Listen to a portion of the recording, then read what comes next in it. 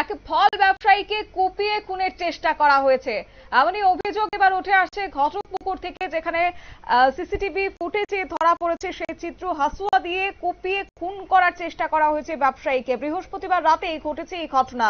প্রকাশ্যে এসেছে CCTV footage এবং হাড়হিম করা ভিডিও।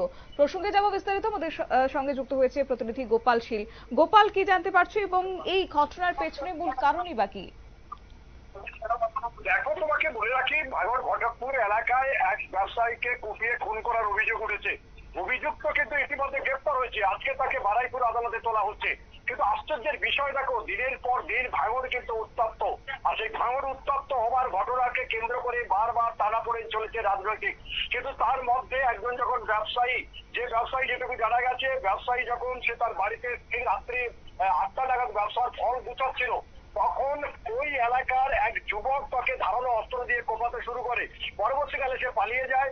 ওই ফল বিক্রেতার নাম রয়েছে প্রবীর মণ্ডল, এবং তাকে যে কুপিয়েছে তারই এক বন্ধু বলে জানা গেছে। তবে এখন যেটা উঠে আসছে যে দুজনার স্ত্রী, অর্থাৎ এই যে ফল ব্যাপারী, তার সঙ্গে নিষিদ্ধ প্রণয়, অর্থাৎ তাদের মধ্যে পরকীয়া সম্পর্ক ছিল। সেই সম্পর্কের কারণে একে অপরকে কোপাবার চেষ্টা করছিল দিনের পর দিন।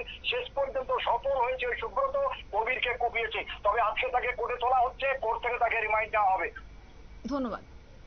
অর্থাৎ পুলিশ সূত্রে খবর, বৃহস্পতিবার রাতে ঘটকপুকুরে ট্রাফিক পুলিশের বোটে সেই খবর আসে, সেখানে ফল ব্যবসায়ীকে কুপিয়ে খুন করার চেষ্টা করা হয়েছে এবং ইতিমধ্যে সেই যুবককে আটক করা হয়েছে, সুব্রত মণ্ডল নামের সেই অভিযুক্তকে, এবং তারপরে তাকে টানা জিজ্ঞাসাবাদ চালাচ্ছে পুলিশ। নিয়ে ছোট্ট একটি বিজ্ঞাপন বিরতির সঙ্গে থাকুন।